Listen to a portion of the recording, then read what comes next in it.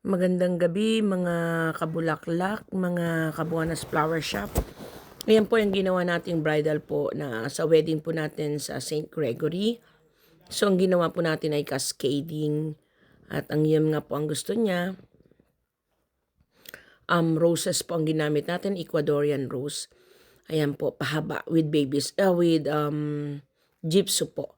So yan po ang ginawa ng inyong lingkod ng Buonas Flower Shop. So, ang kanya pong mga abay naman ay mix po ng carnation din. So, baby pink, pink, at saka Malaysians.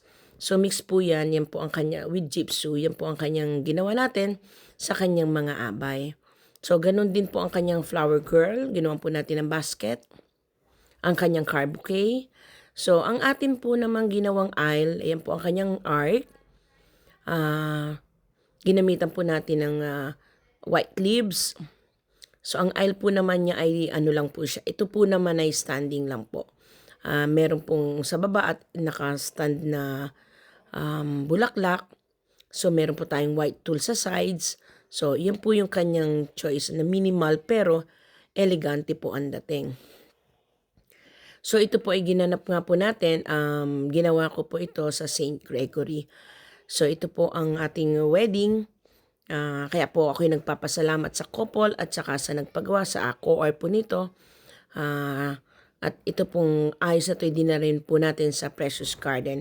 So maraming salamat po kay Madam Les Lopez. Siya po ang nag-co-or po nitong wedding na to. So ito po yung ating art fronting doon po sa altar.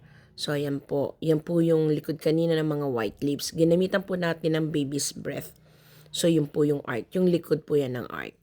So, ayan po naman yung harap ng art. Naka-front po siya sa door. So, yan. Ginanap po natin yan sa St. Gregory. Kaya, maraming salamat po sa inyo sa tiwala na pinagkaloob niyo